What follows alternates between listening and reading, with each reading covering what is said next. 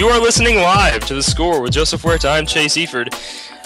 Whoever you are, wherever you are, we'd like to thank you for making us a part of your night on this June 31st edition of The Score. And joining us today is our special guest. We love to have him on the show, Tanner Favela. Tanner, thank you for joining us again tonight.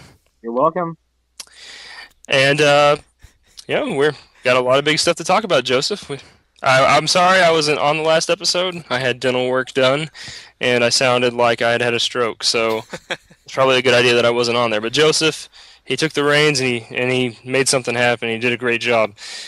Joseph, NBA draft happened just recently. NBA draft. And I'm still, like I said in the last show, I'm still not buying the Kyrie Irving crap, or stuff, because for a guy to play, like I said before, a guy to play 11 collegiate games and then is supposed to be the savior of a franchise, I don't know where you get that from. John Wall. Kind of crazy. John Wall didn't play 11 collegiate games. He played a whole season. Oh, that's true. Like, Kyrie Irving played 11 games, came back in the rotation. He wasn't even a starter when he came back. He wasn't their leading scorer. He didn't do as much. He didn't do the same stuff he did when he was the original starter. But are you thinking about when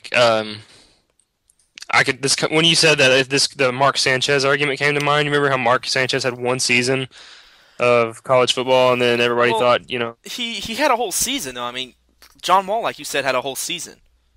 He had one but season. It's different in NFL though. I mean, in college though, you get 12 really. games. It's 12 games. It's still a long game, and football is that way. I mean, you don't play like 1,000 games. It's kind of the same argument as what I'm saying. Hey man, I Kobe guess. didn't have a college season. But Kobe was different. That's true. That's Kobe Bryant. Kyrie Irving has not shown the same potential as Kobe Bryant. Yeah, I know. Okay, so who do you think should have gone number one overall, Joseph? Who I think should have gone number one? I said in the last show, I think that Cleveland should have drafted Derek Williams. I think out of the big-name players, Derek Williams had the biggest upside. Like, they didn't need another point guard. I mean, they did have Baron Davis, but okay, let me start over. In the NBA, it's transitioning into a league of point guards. Like, you need a point guard to win. But at the same time, if you don't have people supporting that point guard, you're not going to win. Like, you look at the Lakers, even though they do run a triangle, they don't have an amazing point guard. No, they don't. And they won 2 championships in the past 3 years, correct? Correct.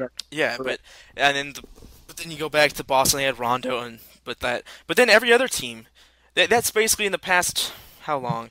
The past decade that a team has actually won a championship with a good point guard was the Boston Celtics with Rajon Rondo, and he wasn't even an elite point guard then. Yeah, exactly. And now you think, oh, well, you need a point guard to win. You look at Chris Paul, he hasn't won. He hasn't even gotten close. Nope. And because he has no supporting cast. And you look at Darren Williams, he's been all over the place. He supposedly got his coach fired. He's at the Nets now. He's not going anywhere with the Nets. Look at Steve Nash. Yeah, one of the best point guards in the league, has been for years, and he's never had a championship. Okay, yeah, but let me belay that thing where I said in the past 10 years, no elite point guards have won an NBA championship because Jason Kidd just won one this past year. Yeah, but look at the team around him.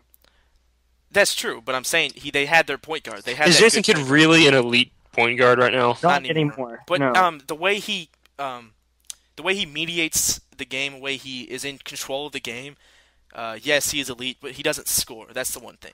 Yeah. Like I mean, Jason Kidd, maybe a few years ago, I would say he's an elite, but I wouldn't call him elite now. Probably maybe 6, 7 years ago, I would call him elite. Yeah. When he was at the Nets. But here's what I'm saying. Okay, here's one thing. This is just my opinion. I don't think Derrick Rose is an elite point guard. I disagree. No, he's an elite scorer, but he's not an elite point guard. Chris Paul, Darren Williams are elite point guards. They can score and they can control the game with either just being able to dish the ball or score. But Derrick Rose, his one whole thing is just to score. That's all he can do. If you say that, then you'd believe Steve Nash is elite because he can do both of those things as well. I know. I just said. Well, you said, I'm saying, do you think Steve Nash is elite? Would you consider him one of the top 3 elite? In the league right now? Yeah. It's Steve Nash, Chris Paul, Darren Williams, the best 3-point guards in the league. Well, I agree with that.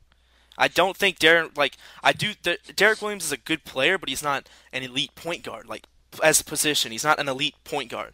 He's an elite scorer, elite basketball player, but he's not an elite point guard. To be an Are you elite talking point about guard, you Derrick have to Rose? be able to have the ability to move the ball Wait, are you talking around. about Derrick Rose or Darren Williams? 'Cause you just Did I said just say Williams. Darren Williams? Yeah, Actually, you said Derek Williams.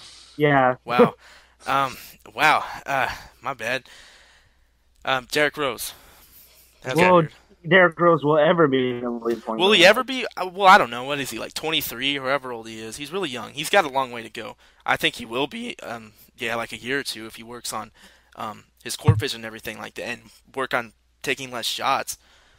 But yeah, he will be eventually. But right now, I wouldn't call him an elite point guard.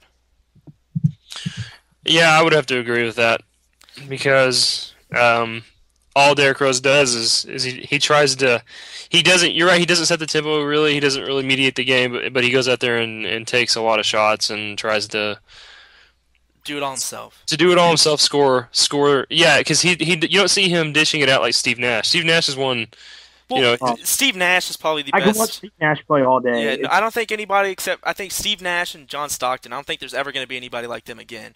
yeah I'm saying like because he gets the ball to people who can score. Yeah, He takes. But I think Steve you Nash can't has the approach is like he wants to get the ball off before he takes the shot. You know, he looks for the person that's open. yeah, it's different. I mean, we don't know what he thinks like, 'cause we can That's never what know. it seems like. Yeah, that's Yeah, I you see what don't you're know saying. if there'll ever be anyone like him again or not. I Oh, mean, well, that's true. I mean, I do think Stephen Curry has the potential to be the next Steve Nash maybe. because I do see him excelling if you watch him, you can see he has great court vision compared to the other point guards in the league.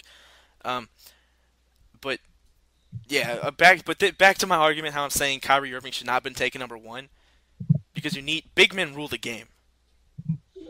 I mean, although point guards are a need in this league and they're becoming like the premier position, I guess you can say, big men rule.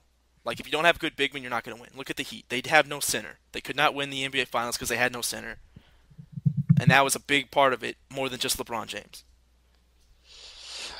Yeah, that makes sense. And if, in my opinion, I would have rather had. And I'm going to bring this up. I'd rather take Kimba than Kyrie Irving. I would have too, because I do think Kemba Walker has a bigger upside than Kyrie Irving does also. Yeah, Because Kyrie Irving is a scorer. He doesn't have but he's a scorer, but he does not have the explosive ability of John Wall, Derrick Rose, and Chris Paul. He's not as quick, he's you're not as comparing fast. him to Westbrook. Wait, say that again? So would you compare him to Westbrook? No. He doesn't he's not okay, he has the athletic ability of who could I compare in this league to? He has the athletic ability more of a Steve Nash. Steve Nash can sort of create his own shots with step backs and just kind of misdirection kind of things and counters, but he doesn't have the explosive and just the explosive ability like Derrick Rose and Russell Westbrook do. That's the difference between he and them, and he doesn't have the same court vision, and then my other argument is Kemba Walker's a winner. Like he'll put everything on the line. He'll play his heart out every game, and you could see that looking at this last season. Yeah. Your case for Kyrie Irving, I think, is valid. He didn't really show us much. I mean, he did show us some, but He showed us the potential. I mean, fact that that, he played 11 games does make a good case against him. And for all we know, he could show up and have an amazing first year, or he could show up and completely just blow it. You know? yeah. That's like the number one thing now with because of how the NBA draft is set up now. How you have to be 1 year out of high school to be able to be eligible. Everything is now based on potential. You look at like in the NFL, they'll look at players based on their skills on the football field. Mm-hmm. But in NBA, you just think who has the biggest upside because you haven't seen them play in college very much against good good competition. Because in high school, they just score 50 points a game, and it's